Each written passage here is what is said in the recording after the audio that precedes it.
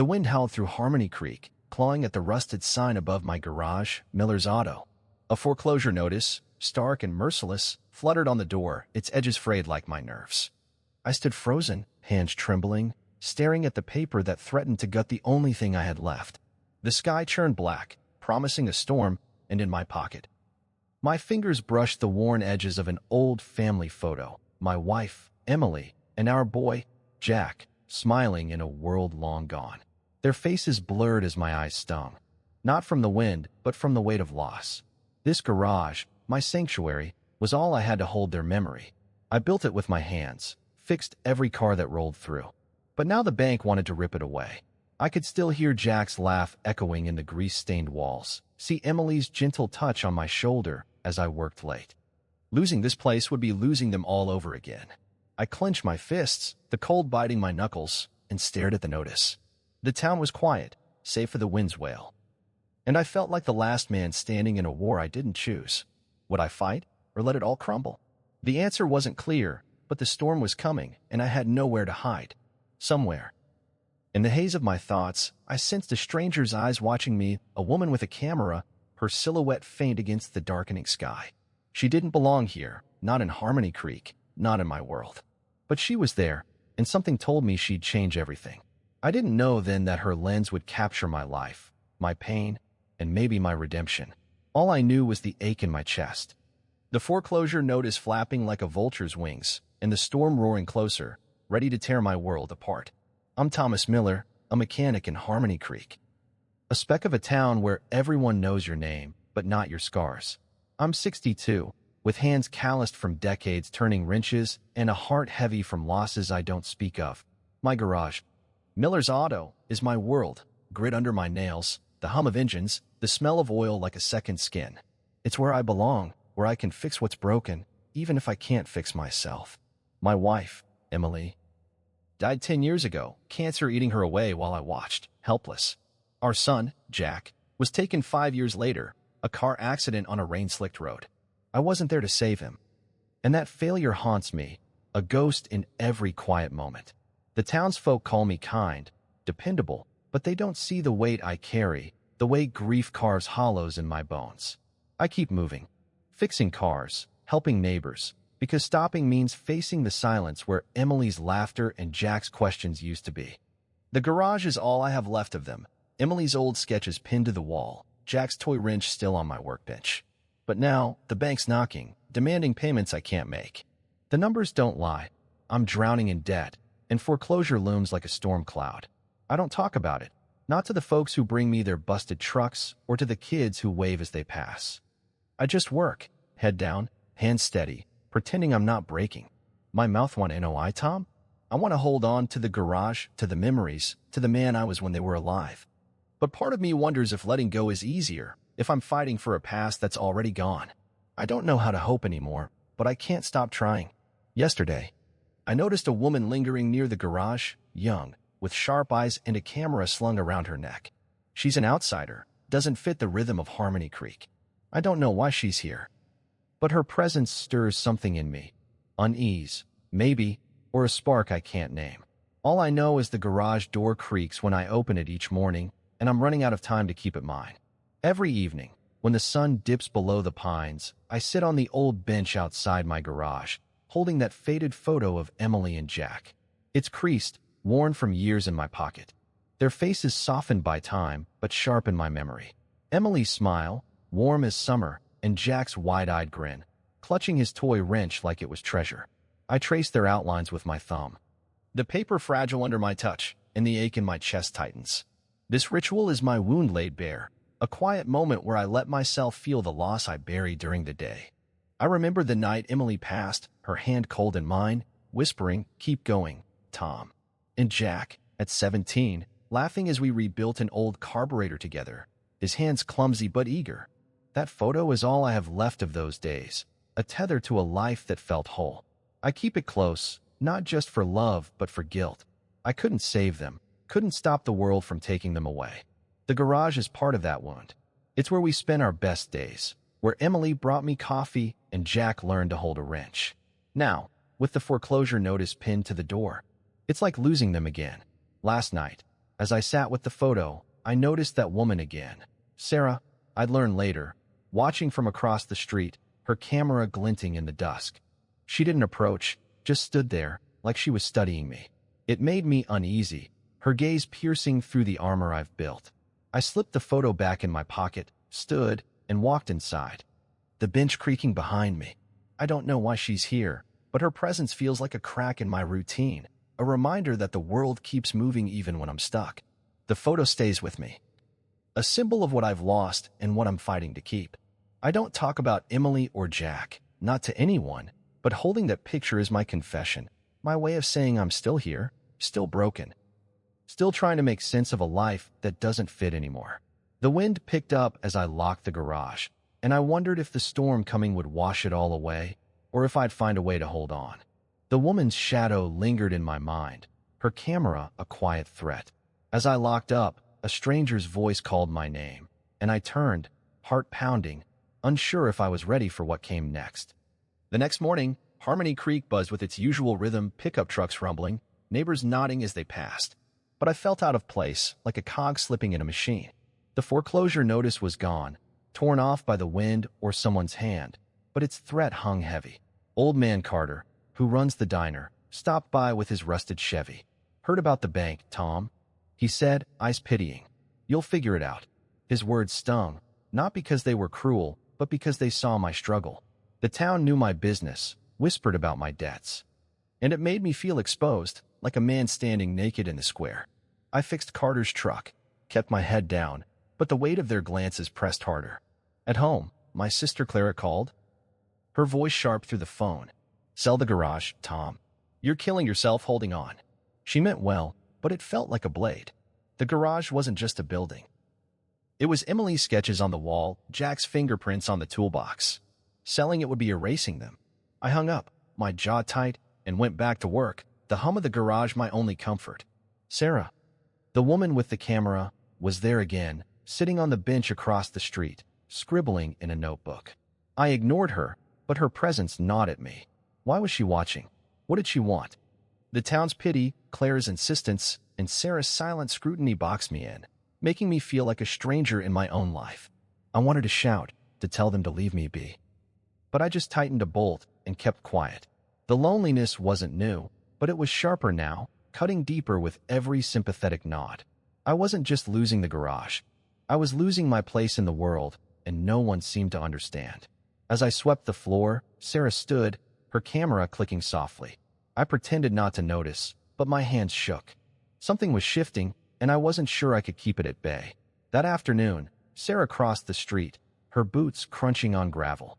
She held out a broken camera, an old Leica, its lens cracked. "Can you fix this?" she asked, her voice smooth but guarded. I took it, grateful for something to do with my hands. She lingered, watching me work, her eyes too sharp, like she was peeling back my skin. I didn't trust her, but I needed the distraction. As I pried open the camera's casing, she asked about the garage, about how long I'd been here. Her questions felt like probes, not curiosity. I gave short answers, focusing on the delicate gears. Then, at the diner later, I overheard two regulars, Pete and Marge, talking low. "He's stubborn. Keeping that garage," Pete said. "Bank's gonna take it, and he'll have nothing." Marge nodded. "He's living in the past, poor man." Their words hit like a hammer. These were folks I'd known for years, whose cars I'd fixed, whose kids I'd taught to change oil. Their judgment wasn't loud, but it was betrayal all the same, assuming I was broken, done for. I left my coffee untouched and walked out, their whispers trailing me. Back at the garage, Sarah was still there, now filming the street, her lens catching the fading light.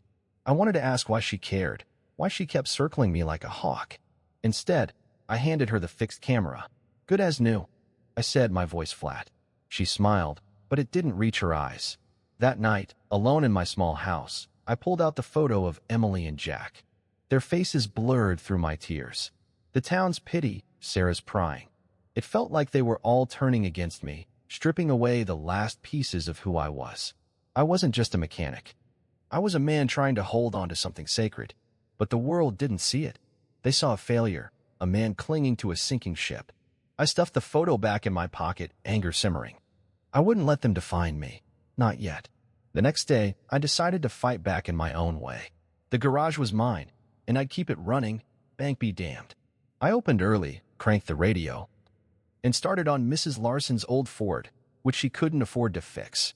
I'd do it for free, like always, because helping folks was the one thing I could still control. My hands moved with purpose. Tightening bolts, checking fluids, each motion a small rebellion against the foreclosure notice I knew was coming back. Sarah showed up again, her camera slung over her shoulder. But this time I didn't shy away. I let her watch, let her see me work, my hands steady despite the storm in my chest. When she asked about the car, I told her about Mrs. Larson, how she'd lost her husband and needed this truck to get to the city for doctor visits. Sarah's eyes softened, and for a moment, I thought she might understand. I didn't trust her, but I wouldn't hide either. Later, I helped young Timmy from down the road fix his bike chain, showing him how to align the gears. His grin reminded me of Jack, and it hurt, but it also fueled me. I wasn't done yet, not with this town, not with this garage.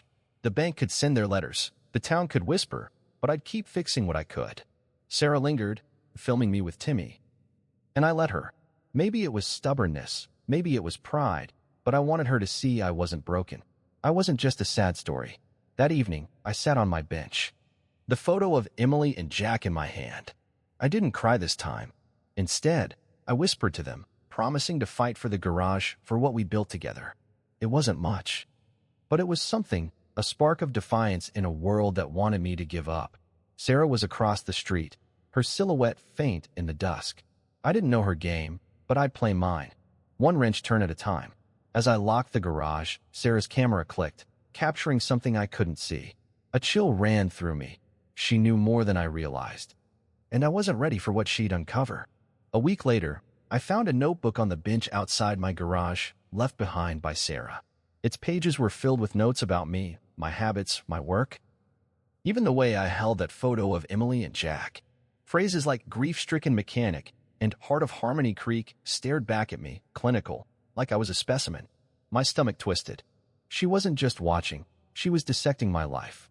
I'd let her in, shared a sandwich, fixed her camera, and now this? The idea of my pain laid bare for strangers to gawk at made my skin crawl. I'd spent years keeping Emily and Jack private, their memory locked in my heart and the garage walls. If Sarah exposed that, it'd be like losing them again. My grief turned into someone else's story. I stood there, notebook in hand, the wind picking up, carrying the scent of rain. The town felt smaller, like it was closing in, and I wondered who else knew what she was doing. Was she talking to Pete, Marge, or Carter? Were they feeding her pieces of my life? The thought of my loss being picked apart by outsiders, or worse, the town, lit a fire of dread in my gut. I wanted to confront her, to tear the notebook in half, but fear stopped me. What if she'd already filmed too much? What if my life was already out there, beyond my control? I tucked the notebook under my arm, my hands shaking, and went back to work, but the tools felt heavy, my focus gone. Sarah wasn't at the bench today, but her absence didn't ease me. It felt like she was everywhere, her camera a ghost haunting my every move. I kept seeing that phrase in her handwriting, Heart of Harmony Creek. It sounded noble, but it felt like theft. That evening, Sarah came back, her camera slung low, her smile hesitant. I held up her notebook, my voice steady but cold. This yours?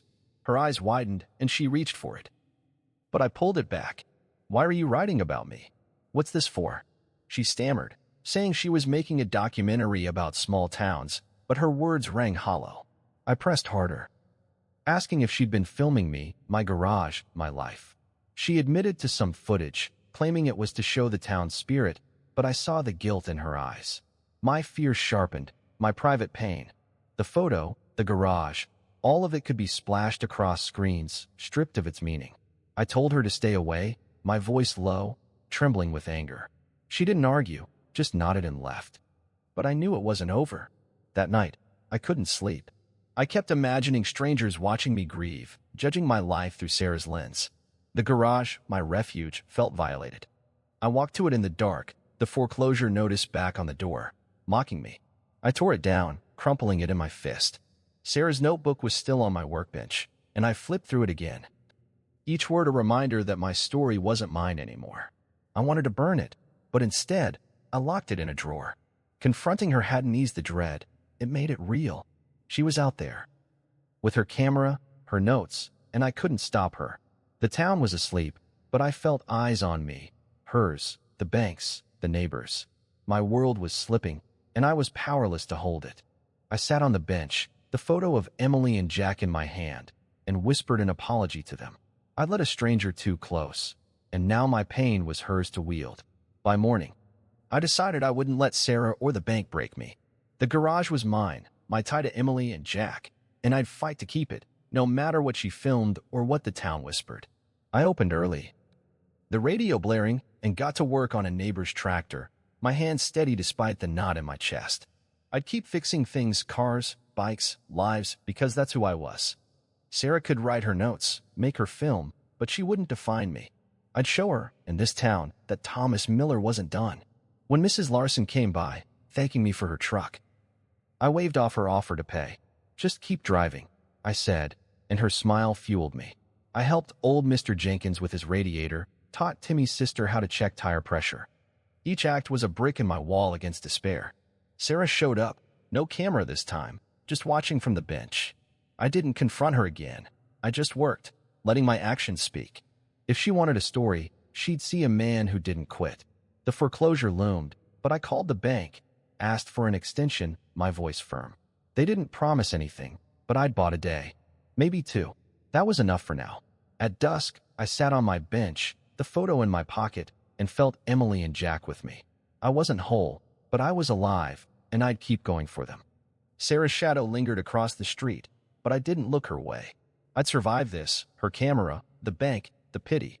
I'd keep my garage, my memories, my soul. The wind was quieter tonight, and I felt a flicker of strength, a promise to myself that I wouldn't break. As I locked up, a rumble of thunder echoed, and Sarah's voice called out, soft but urgent. "Thomas, we need to talk." I turned, ready for a fight, but her eyes held something new, truth, or maybe regret. Sarah stood in the fading light, her hands empty, no camera in sight. I wanted to walk away, but her words stopped me. "I owe you the truth, Thomas." My gut churned, but I nodded, letting her follow me into the garage. She admitted she was a filmmaker, struggling, desperate for a story to save her career.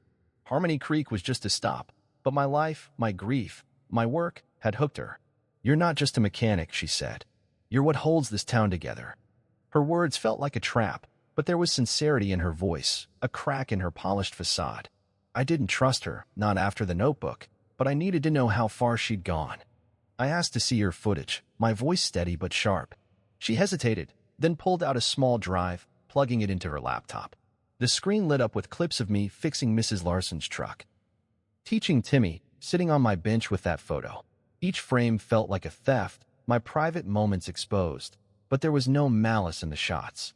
They showed care, respect, even beauty in my routine. Still, I felt raw, like my skin was peeled back for the world to see. I asked why she didn't tell me, why she hid it. She admitted the pressure, deadlines, producers, her own fear of failing. "I didn't want to hurt you," she said, but I saw the guilt in her eyes. I paced the garage, my boots scuffing the concrete, trying to piece it together. Was she using me? Or did she see something I didn't? The photo of Emily and Jack sat heavy in my pocket, a reminder of what I'd already lost. I couldn't lose control of my story too. I told her to stop filming, to leave me out of it, but she shook her head. "Your story could save your garage," she said. "People need to see it." I didn't want her pity or her film, but her words planted a seed. Could my life, my pain, mean something to others? I wasn't sure, but I needed to know what she'd do next, how much of me was already out there. I kept her notebook, told her I'd think about it. As she left, I sat at my workbench, the tools silent, and wondered if I could take back my story or if I even wanted to. The next morning, I found a crumpled note slipped under the garage door, and signed, but in Sarah's handwriting. "Check the town bulletin board." My heart sank. I walked to the square, the air heavy with the threat of rain. The bulletin board, usually cluttered with bake sale flyers, had a single sheet, a still from Sarah's footage, me fixing Timmy's bike, with the words Harmony Creek's heart scrawled across it. Below, a note. "Documentary screening soon. Support Thomas Miller." My blood ran cold. She hadn't stopped. She was already sharing my life, without my say. The town would see this, judge me, pity me more. I tore it down, my hands shaking, and stormed back to the garage. Sarah was there, waiting, her face pale. "I didn't post that," she swore. "It was my assistant, trying to drum up interest." I didn't believe her, not fully, but her panic seemed real. She showed me her phone, text to her assistant, telling him to stop, but she hadn't decided yet. It didn't matter. The damage was done. People would talk, and the bank would hear, maybe move faster to take the garage. I felt cornered, my private world slipping through my fingers. But the note was a clue. She wasn't in full control either. Her project was bigger than she'd let on, tied to producers, deadlines, maybe money I didn't understand. I demanded to know who else had seen the footage. She admitted a rough cut was with her editor, but not public yet. "I can stop it, Thomas," she said, but her voice wavered. I saw my chance to take back some power. I told her to show me the full cut, every frame, or I'd tell the town she was exploiting me. She nodded, promising to bring it tomorrow. As she left, I sat with the photo of Emily and Jack, their faces steadying me. The bulletin board stunt was a warning. My life was no longer just mine. But it also lit a fire. If Sarah wanted my story, I'd make sure it was told my way, not hers. I'd fight for that, just like I fought for the garage. The storm clouds gathered, and I knew time was running out. I spent that night staring at the garage ceiling, the photo of Emily and Jack on my chest. Sarah's film, the bank, the town's whispers, they were closing in, but I wouldn't let them bury me. I decided then, I'd take control of my story. If Sarah wanted to tell it, she'd do it on my terms, or not at all. The next morning, I called her to the garage. She brought her laptop, the full cut of her film ready. I watched, jaw tight, as my life unfolded, me fixing cars, helping neighbors, sitting with that photo, my pain raw in every frame. It was good, too good, turning my grief into something almost noble. But it wasn't hers to share. I told her I'd let her finish the film, but only if I had final say. No more secrets, no more surprises. She agreed. Her relief palpable, and I felt a shift. I wasn't just a subject anymore. I was calling the shots. I'd keep working, keep helping the town, but now it was for me, for Emily and Jack. Not for her camera. I'd show the world who I was, not as a broken man, but as one still standing. I went to the bank that afternoon, demanded a meeting. The manager, a suit named Reynolds, looked at me like I was already defeated. I told him I'd find a way to pay, that the garage wasn't going anywhere. He smirked, but I didn't flinch. Back at the garage, I started a plan, crowdfunding.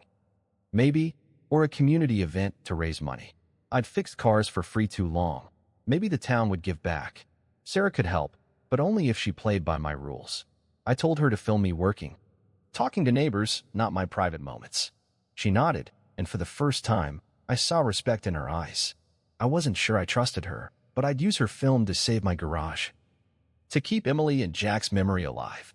That evening, I sat on my bench, the photo in my hand, and felt a spark of purpose. I'd fight for my place in Harmony Creek, for the life I'd built. The storm was coming, but I'd face it head-on, with my tools, my town, and my story. As I locked the garage, Sarah handed me a new flyer, this one with my approval, announcing a community event. But the sky darkened, and a gust of wind whispered trouble was closer than I thought. The next morning, I woke with a fire in my gut. I decided to fight for the garage, and today was the start. I called a town meeting at the community hall, something I'd never done. I stood at the front, my hands greasy, the photo of Emily and Jack in my pocket for courage. The room filled with familiar faces: Carter, Mrs. Larson, Timmy's parents, even Pete and Marge. I told them the truth. The bank was taking my garage, my home, unless I raised the money. I didn't beg. I just laid it bare. "I fixed your cars, your bikes, your lives," I said. "Now I need you." Sarah was there, filming with my permission, her camera catching every word. I asked for help, a fundraiser, a car wash, anything to keep Miller's Auto alive. The room was quiet at first, then Carter stood, offering his diner for the event. Mrs. Larson promised baked goods. Timmy's dad volunteered his band. I felt a weight lift, not gone but lighter. After the meeting, I worked with Sarah to plan the fundraiser, setting up tables outside the garage. She suggested a video pitch to spread the word online, and I agreed, but only if I spoke my truth. We filmed me in the garage, tools in hand, talking about what this place meant, Emily's sketches, Jack's toy wrench, my life's work. I didn't cry, didn't falter, just spoke from the heart. Sarah edited it that night, and by morning, it was online, shared on Harmony Creek's social pages. I didn't know if it'd work, but it was a start. I kept working, fixing a neighbor's van for free, teaching Timmy's sister more about cars.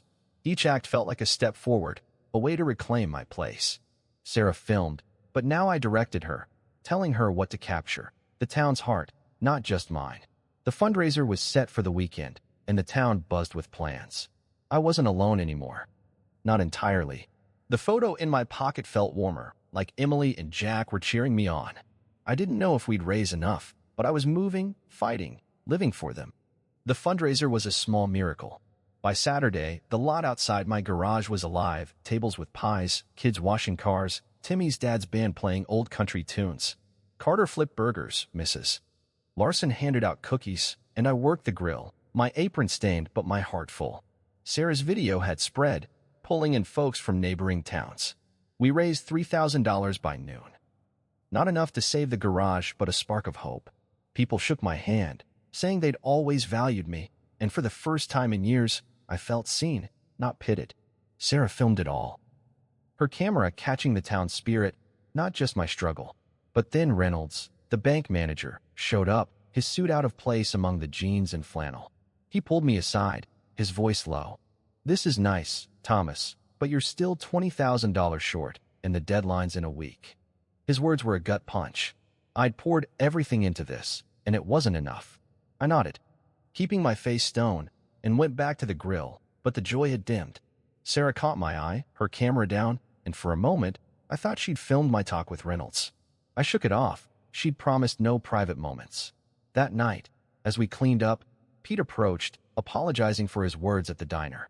"We didn't mean to hurt you," he said, and Marge hugged me, tears in her eyes. It was a small victory, their regret, but it didn't pay the bank.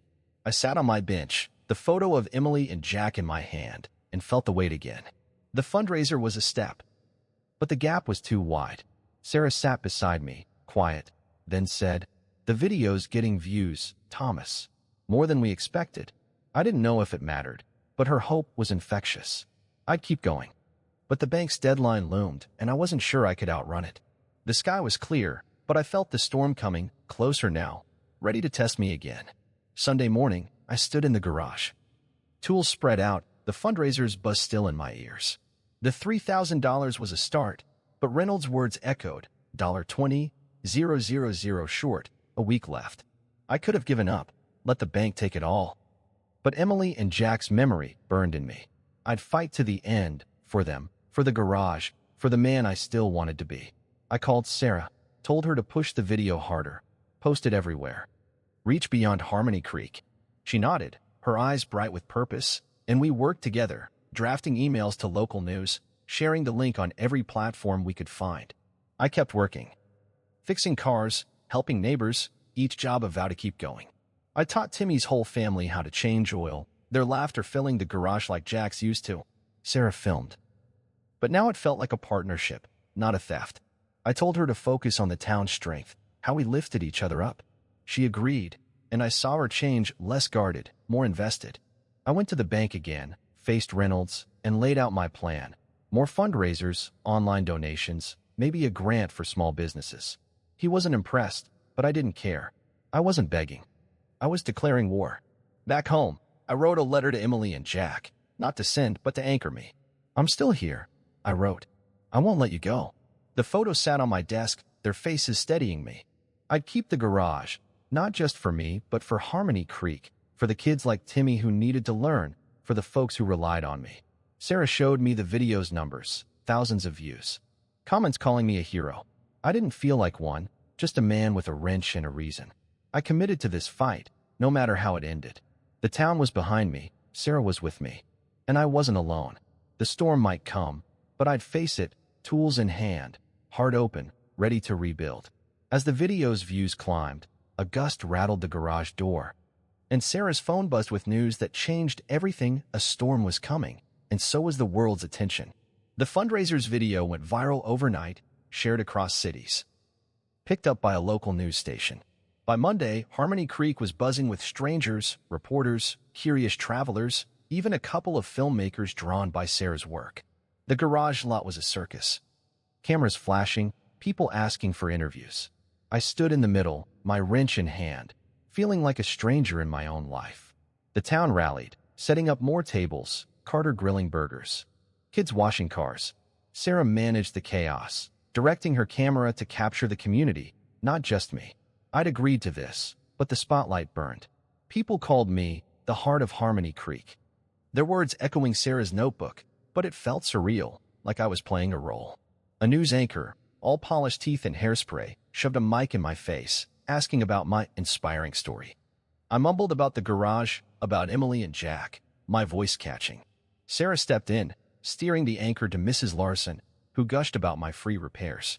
The crowd grew, donations pouring in $5,000, then $10,000. It was hope, but not enough. Reynolds called, his tone clipped, saying the bank was watching, unimpressed by publicity stunts.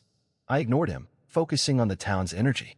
Timmy's dad played his guitar, kids laughed, and for a moment, I felt Emily and Jack in the air, proud. But the attention was a double-edged sword. Every camera felt like a judgment. Every question a probe into my grief. I slipped into the garage for a breather, touching the photo in my pocket.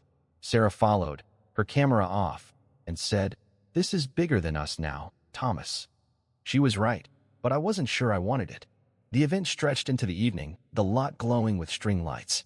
Strangers donated, locals hugged me. And I saw what we'd built, a community alive, fighting for me. But as the crowd cheered, I felt exposed, my pain no longer mine alone. The world knew my story, and I couldn't hide anymore. That night, Sarah showed me the latest cut of her film at the community hall, a rough version projected for a small group. Me, Carter, Mrs. Larson, a few others. The screen lit up with my life, me fixing cars, teaching Timmy, sitting with that photo, my face raw with grief. Sarah had woven in interviews, neighbors talking about my kindness, how I'd kept Harmony Creek running. But then came the part one hadn't expected. Footage of me at dusk, whispering to Emily in Jack's photo, my voice breaking. I froze. I'd told her no private moments, but there it was. My soul bared for all to see. The room was silent, Mrs. Larson wiping tears, Carter's hand on my shoulder. I stood, anger flaring, and faced Sarah. "You promised," I said, my voice low, shaking. She didn't flinch, just met my eyes. "I'm sorry, Thomas, but this is the truth of you. Your strength, your heart. People need to see it." I wanted to hate her, to walk out. But the room's reaction stopped me. They weren't pitying me. They were moved. Carter said, "You're not alone, Tom." The truth was out, my grief, my love, my fight, and it wasn't just Sarah's doing. I'd let her in, step by step, and now the world knew. I sat back down, my hands trembling, and watched the rest. The film ended with the fundraiser, the town's unity, my voice saying, "This garage is my family." When the lights came up, the group clapped, some crying, and I felt exposed but also seen, truly seen, for the first time. Sarah admitted she'd sent the clip to her producers, who wanted to release it wide. I could have stopped her, but something shifted. My story wasn't just mine anymore. It was Harmony Creek's. And maybe it could save us. I nodded, giving her the go-ahead, but warned her, no more secrets. She agreed, and I felt a weight lift, not gone but shared. The truth was out, and I'd face it. For better or worse. The next day, the town was still alive with the fundraiser's afterglow, but I felt the weight of the film's truth. The bank, Reynolds, was the real enemy, not Sarah, not anymore. His smug face haunted me, his voice saying the garage was a lost cause. But the town's response, the donations, the viral video, were shaking his certainty. I went to the bank, uninvited, and found him in his office, papers stacked like a fortress. "You're making noise, Miller," he said, leaning back. "But noise doesn't pay debts." I slid a printout across his desk, donation totals. Now at $15,000, with more coming. "This is my town," I said. "They're fighting with me." His smirk faltered, just for a second, and I saw it, doubt. The town's unity, captured in Sarah's film, was a force he hadn't expected. Back at the garage, Pete and Marge stopped by, no longer whispering, but offering to help with another event. The town's view of me had shifted. They didn't see a broken man, but a fighter, someone worth rallying for. Even Clara called, her tone softer, saying she'd seen the video, that she was proud. The old judgment, the pity, was crumbling. replaced by respect. Sarah's film was doing what I couldn't, showing the world I wasn't done. But Reynolds wasn't beaten yet.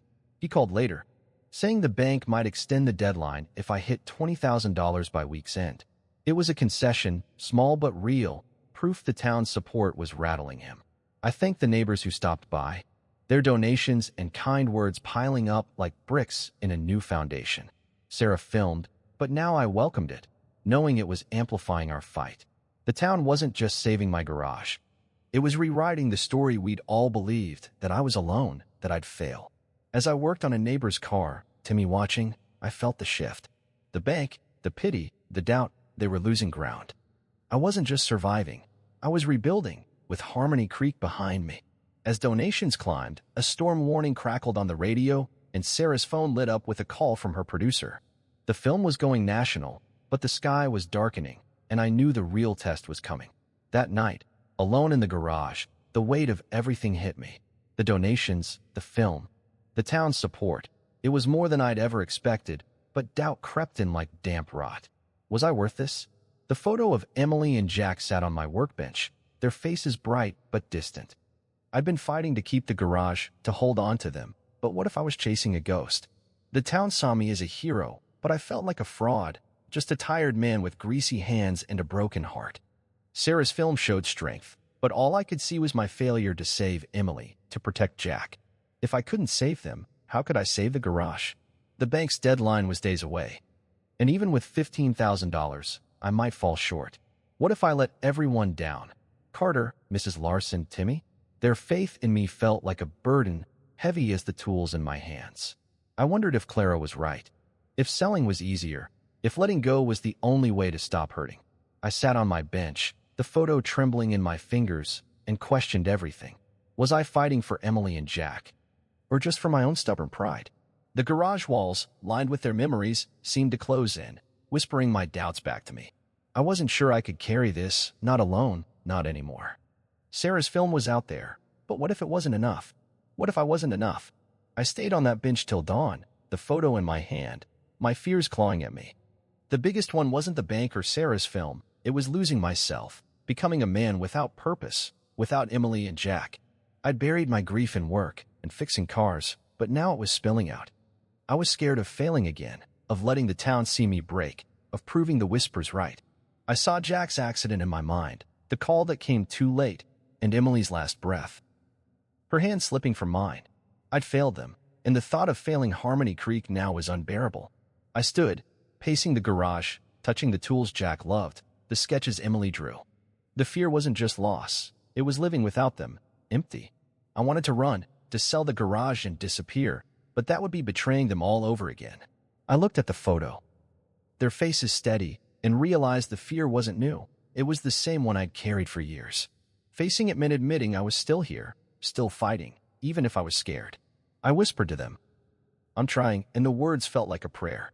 The garage wasn't just a building, it was my way of keeping them alive. I had to face the fear, not for me but for them, for the town, for the man I still could be. The dawn broke, and I felt raw but resolute, ready to keep going, no matter what.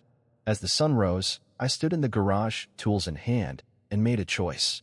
I wasn't whole, but I was Thomas Miller, the man who fixed things, who kept going for Emily and Jack. I wouldn't let fear win, not now. The town's support, Sarah's film, the donations, they weren't just for me. They were for what we'd built together.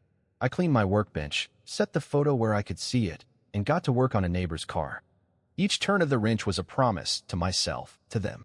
I called Sarah, told her to keep pushing the film, to show the world what Harmony Creek could do. She agreed, her voice warm. And I felt our partnership solidify. I went to the community hall, thanked everyone who'd helped, and promised I'd fight to the end. Their cheers lifted me, not as a hero, but as one of them. I wasn't alone in this, and that gave me strength. I'd face the bank, the deadline, the storm, because I was more than my grief. I was the man who taught Timmy to fix a bike, who kept Mrs. Larson on the road, who built a life from grease and grit. The photo of Emily and Jack stayed with me, not as a wound, but as a beacon. I'd keep the garage, not just for them but for me. For the future I could still shape. The doubt was still there, but I was stronger than it, ready to stand tall, no matter what came next. As I locked the garage, thunder rumbled, and Sarah ran up. Breathless. "The film's on national news," she said, but her eyes held fear. A storm was hitting tonight, and it would test us all. The storm hit Harmony Creek that night, a beast of wind and rain, tearing through the town like a warning. The garage shuddered, its old roof leaking, and I stood inside, watching water pool on the concrete. Sarah's film was on national news now. My face, grief and all, beamed into homes across the country.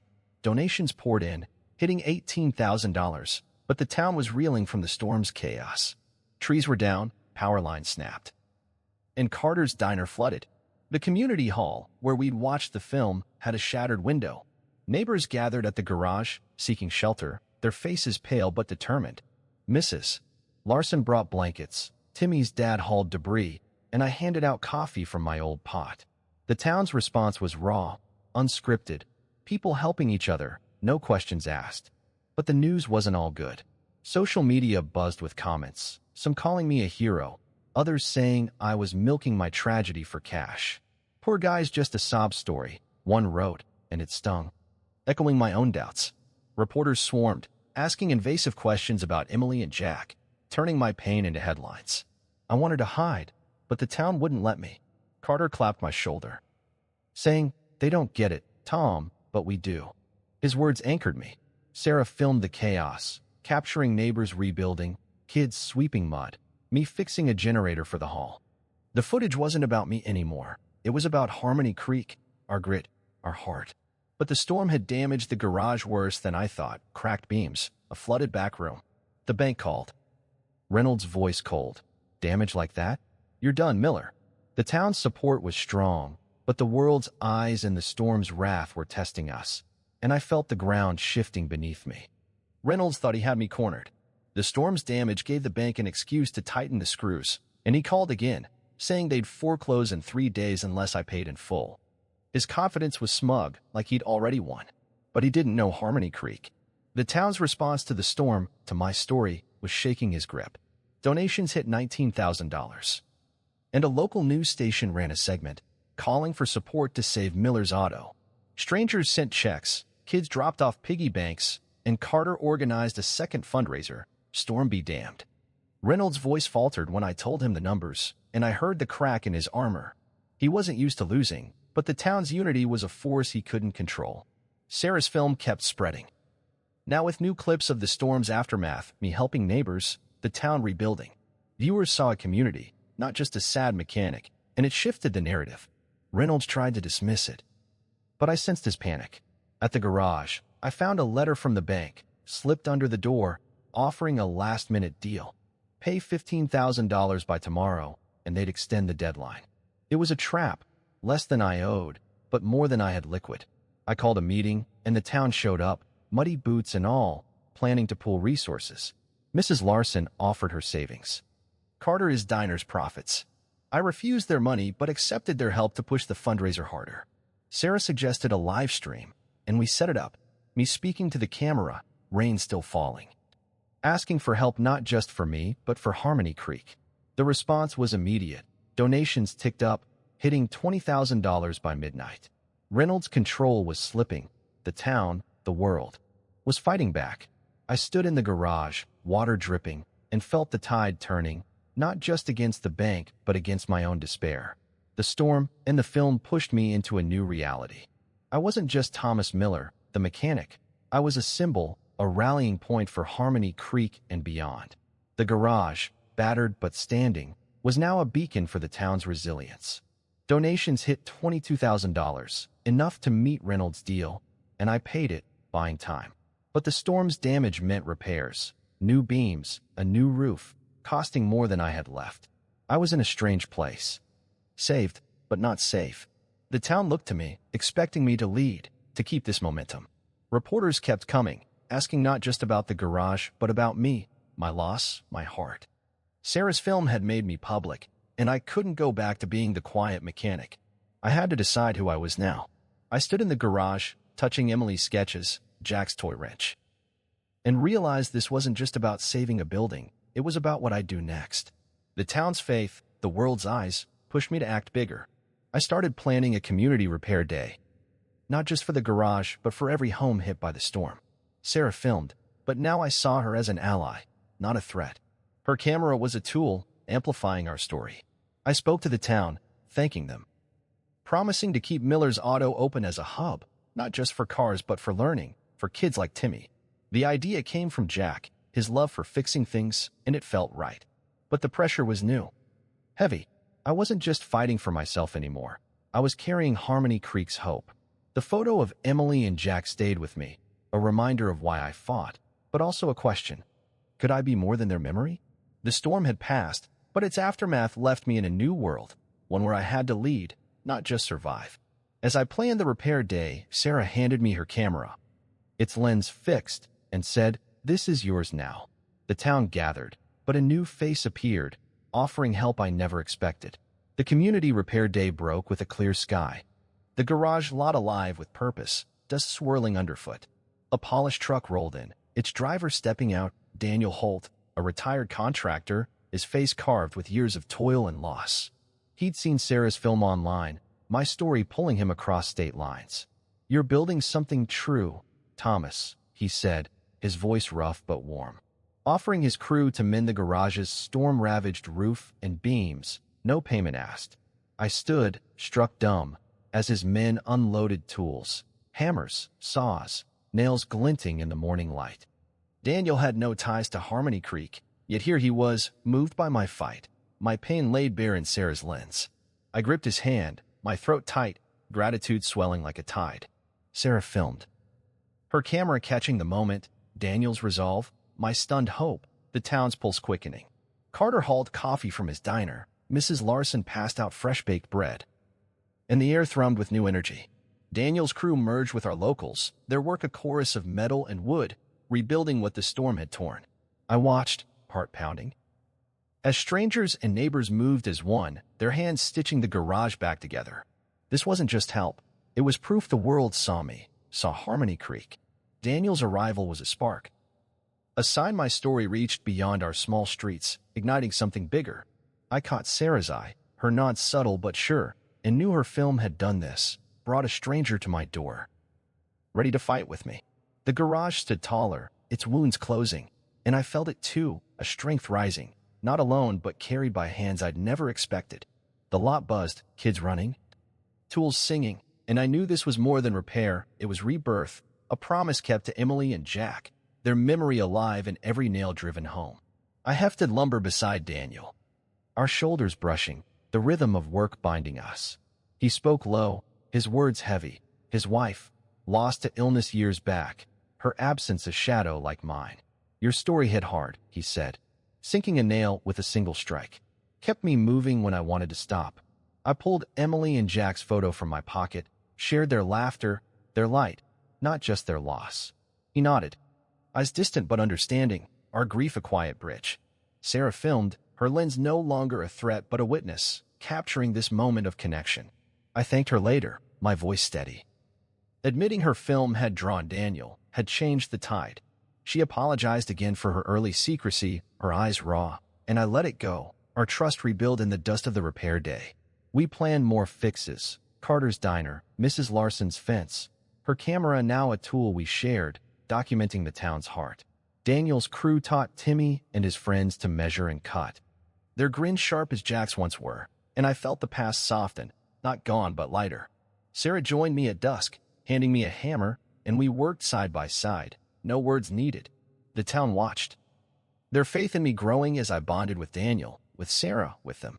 Carter's jokes, Mrs. Larson's quiet smiles, filled the air, and I was no longer just the mechanic, but part of something whole. The garage roof took shape, sturdy, proud, and so did I, forged anew in these ties. This wasn't just about saving a building. It was about building bonds, stronger than any storm, rooted in shared loss and shared fight. I held Emily and Jack's photo, their faces warm, and knew I wasn't alone anymore. Not in this place, not in this life. By midday, the garage stood renewed, its roof sealed, beams solid, the lot a living pulse of hope.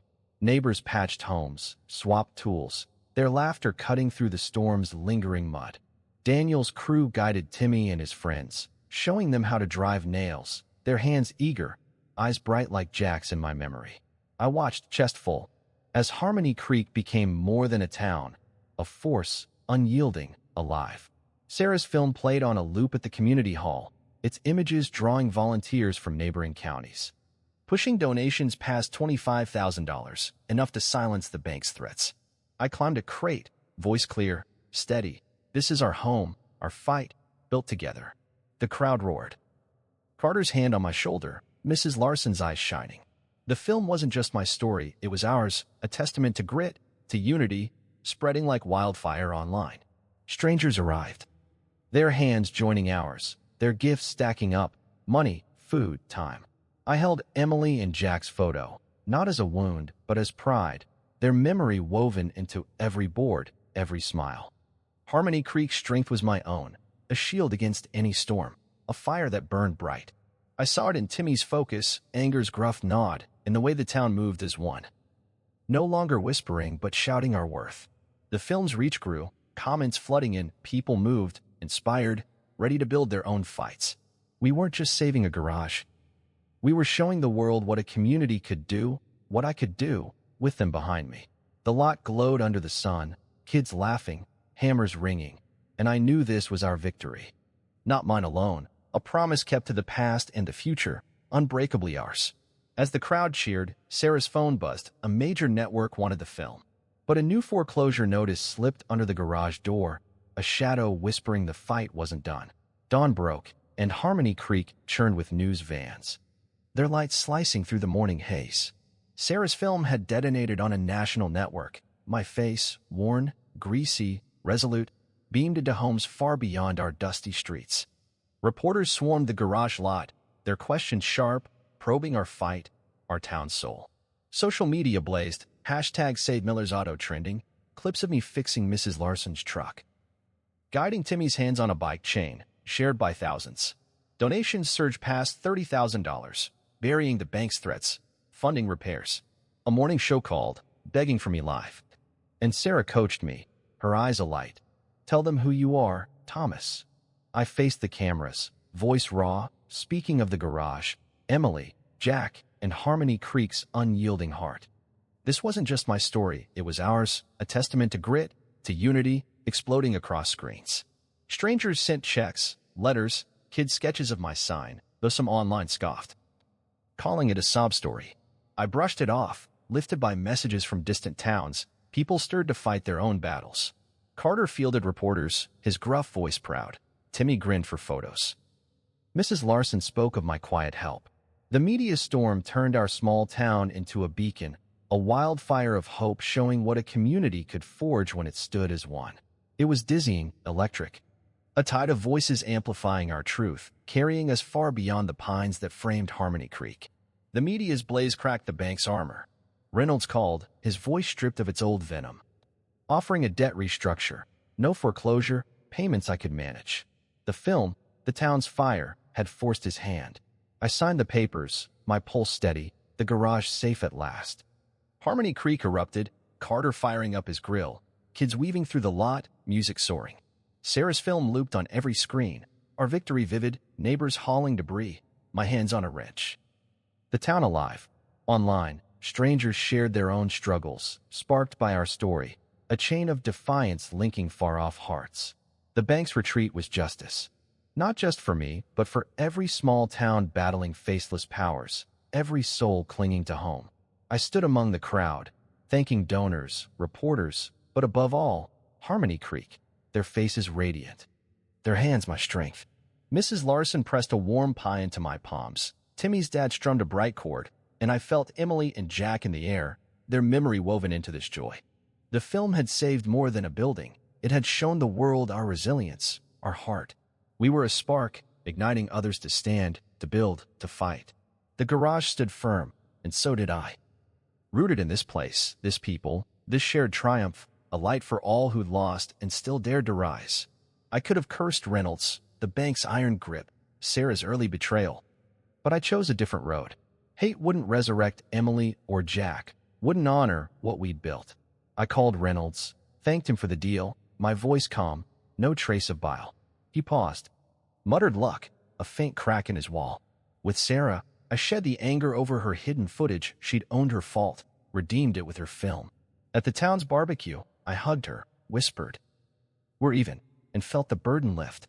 Harmony Creek forgave too, opening arms to strangers, sharing meals, rebuilding as one. I filmed a message, Sarah's camera now mine. No grudges here.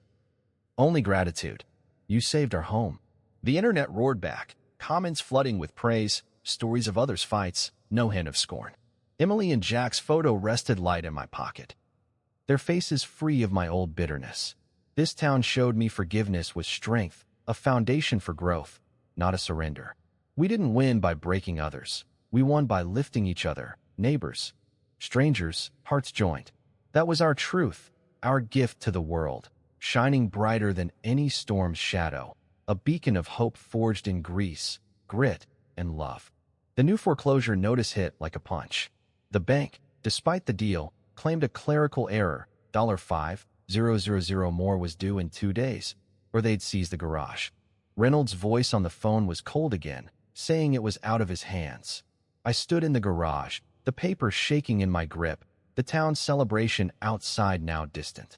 The media frenzy, the donations, the restructure, it wasn't enough. The bank was playing dirty, using the storm's damage as leverage, saying the garage's value had dropped. My chest tightened, the old fear creeping back. I'd fought so hard, brought the town together, but this felt like a wall I couldn't climb. Sarah found me, read the notice, her face pale. "We'll fight this," she said. But I saw her doubt. The town was tired, the storm's cleanup still ongoing. Could I ask them for more? The photo of Emily and Jack sat on my workbench, their faces urging me on. But I felt the weight of failure again. The bank wasn't just a business. It was a machine, grinding down people like me. I wanted to give up, to walk away, but their memory held me. This was the final test, and I wasn't sure I had the strength to face it. I called the town to the garage, my voice steady despite the fear. I showed them the notice, laid out the bank's trick. "They think we're done," I said. "But we're not." Carter slammed his fist on a table, Mrs. Larson nodded fiercely, and Timmy's dad rallied the band for another event. Sarah suggested a live stream. A final plea to the world. We set it up that night, me in front of the garage, rain starting to fall again. I spoke to the camera, raw, no script. "This is my home, our home. The bank wants to take it, but we're stronger." The town stood behind me, holding signs, cheering. Donations ticked up, $1,000, then $2,000. I went to the bank the next morning for $1,000 in hand. The rest promised online. Reynolds met me, his face tight. "You're persistent, Miller," he said, but I cut him off. "This isn't just me. It's Harmony Creek. You can't beat us." I slid the money across his desk, daring him to push back. He didn't. The town's support, the world's eyes, had cornered him. He signed off. The debt cleared. The garage mine. I walked out. The rain cold, but my heart warm, knowing we'd faced the beast and won. Back at the garage, I stood alone, the notice crumpled in my fist. The town was still outside, cleaning up, planning repairs. But this moment was mine. I'd saved the garage, not with my strength alone, but with Harmony Creek's heart, with Sarah's film, with strangers' kindness. I touched the photo of Emily and Jack. Their faces clear now, no longer blurred by tears. I didn't cheer or shout. I just sat on my bench, the rain slowing, and felt peace. The victory wasn't loud. It was in the quiet of knowing I'd kept their memory alive, kept my place in the world. Sarah joined me, her camera off, and we sat in silence. The weight of our journey shared. The town didn't need to know this moment. It was enough that we'd won. I whispered to Emily and Jack, "We did it," and felt them with me. Not as ghosts, but as part of me. The garage stood, battered but strong, like me, like Harmony Creek. This was our triumph, quiet but real, a promise kept in the face of everything. As I locked up, Sarah handed me her camera, now mine, and a letter from her producers. The film was done, but something new was beginning, and I was ready to face it.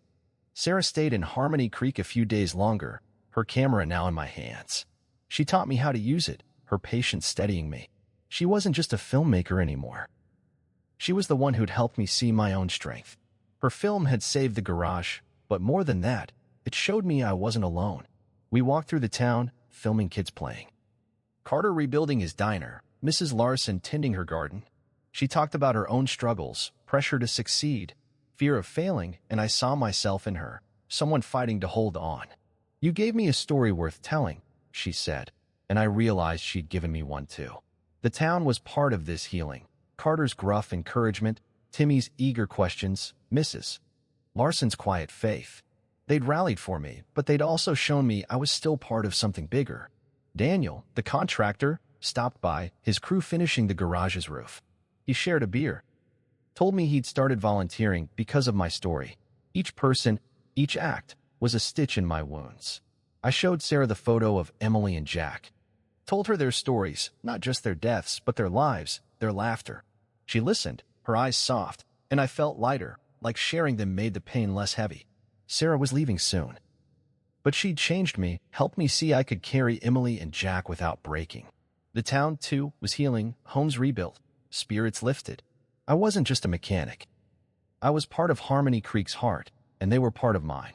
I sat on my bench that night, the photo in my hand, and faced the guilt I'd carried for years. I'd failed Emily and Jack. Or so I'd thought, but now I saw it clearer. I couldn't save them, but I loved them, given them everything I had. I whispered, "I'm sorry," but also, "I forgive myself." The words were hard, but they freed something in me. I wasn't perfect, but I was enough. I thought of Sarah, her early betrayal with the secret footage. I'd been angry, felt used, but she'd owned it, made it right. I forgave her, not just for her, but for me, to let go of the bitterness. I forgave the town, too, their whispers, their pity, because they'd shown up when it mattered. Even Reynolds, the bank's cold face, deserved forgiveness. He was just a man in a system, and we'd beaten that system together. I walked through the garage, touching Emily's sketches, Jack's toy wrench, and felt peace, not pain. The town's support, Sarah's film, had shown me I didn't have to carry guilt alone.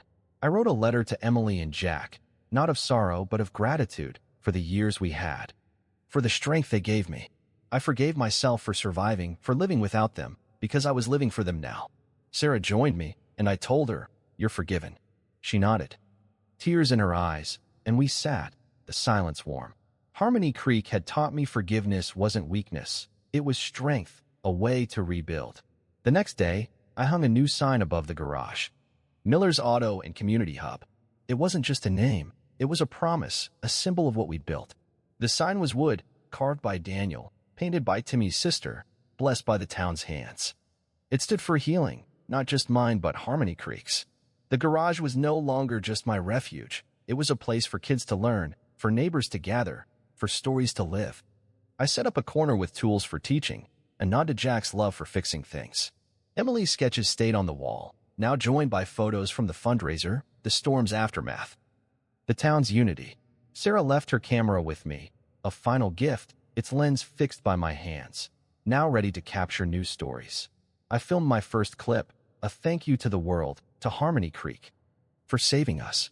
The photo of Emily and Jack stayed in my pocket, but I didn't need to hold it as tightly now. It was part of me, not a wound but a light. The sign caught the sun as I worked, teaching Timmy to change a tire, his sister filming us. The garage hummed with life, kids laughing, neighbors dropping by, Carter bringing coffee. This was the healing. Not in grand gestures, but in these moments, in the community we'd forged. The sign stood tall, a beacon of what we'd overcome, what we could be. I looked at it and knew Emily and Jack were there. In every nail, every smile, every day we kept going. As the sign gleamed, Sarah packed her bags, leaving her film behind. The world was watching, and I was ready to build something new, for me. For them, for us. The garage stood strong, its new sign shining under the morning sun. I'd paid the bank, cleared the debt, and Harmony Creek was rebuilding, steadier than ever. I started a free mechanic workshop for kids, teaching them what Jack loved, how to fix, how to build. Timmy and his sister were my first students, their hands eager, their questions endless. The garage was alive, not just with engines, but with laughter, purpose. I worked each day, fixing cars, helping neighbors, but now it felt different, lighter, like I was building a future, not just holding on to the past. The town leaned into this new rhythm, hosting repair days, potlucks, music nights in the lot. Carter's diner reopened, Mrs. Larson's garden bloomed. And I felt part of something whole. I kept Sarah's camera, filming bits of our life, Kids learning, neighbors laughing, to share online, not for fame, but to show what we'd done. The donations had stopped, but the support lingered in emails, letters, strangers visiting to shake my hand. I lived alone, but I wasn't lonely. The photo of Emily and Jack stayed with me. Now in a frame on my workbench, their faces part of my days, not just my grief. I'd built a new life, stable, rooted in Harmony Creek's heart. It wasn't perfect, but it was mine, and I was home. The film, now released wide, changed lives beyond Harmony Creek. Letters poured in. People who'd lost loved ones, who'd faced their own banks, their own storms, saying my story gave them hope. A woman in Ohio wrote that she'd started a community fund because of us. A kid in Texas sent a video, fixing his bike, calling me his teacher. I shared these with the town, and we cried, laughed, felt proud. I expanded the workshop, inviting kids from nearby towns, teaching them for free, just as I'd done for Timmy. Sarah's film played at festivals, winning awards, and she sent me a letter, thanking me for letting her tell our story. I filmed a response, standing in the garage, kids working behind me. This isn't just my story, I said. It's yours, too. Keep fighting. Keep building. The video spread, inspiring more, communities starting repair hubs, people sharing their struggles online. Harmony Creek became a symbol, not of my pain, but of what we could do together. I spoke at the community hall, thanking everyone, urging them to keep this spirit alive. Carter started a mentorship program. Mrs. Larson taught gardening to kids. We were a spark, lighting fires elsewhere. Emily and Jack's memory lived in every lesson, every tool passed to a new hand. I'd become more than a mechanic. I was a teacher, a leader, a man reborn. I stood under the garage sign, Miller's Auto and Community Hub, as the sun set, casting gold across Harmony Creek. Kids tinkered at my workbench, their laughter echoing Jack's. Carter grilled nearby. Mrs. Larson handed out flowers, and the town gathered, filming with Sarah's camera, now ours. The photo of Emily and Jack sat framed, not hidden, a part of this living place. The garage was more than wood and steel. It was us, our heart, our fight. I looked at the camera, speaking to the world. We're all broken sometimes, but together, we mend. Keep helping, keep loving, keep building. That's Harmony Creek's gift to you. The words came easy, from a place deeper than grief. I invited viewers to share their stories, to join our workshops, to support our channel where we'd post more, kids learning, town rebuilding, lives growing. I thanked them, my voice steady, for saving us, for believing in a small-town mechanic. We'll keep going, I promised, and we'll share every step. The camera panned to the sign, the town, the kids, then back to me, holding the frame of Emily and Jack. I smiled, not for the lens but for them, for me, for us. The film ended there, but our story didn't. Harmony Creek was alive, and so was I. No storm can break a town that builds together, I said, my final quote, a call to action. A truth we'd proven. I waved at the camera, grateful, hopeful, ready for what's next.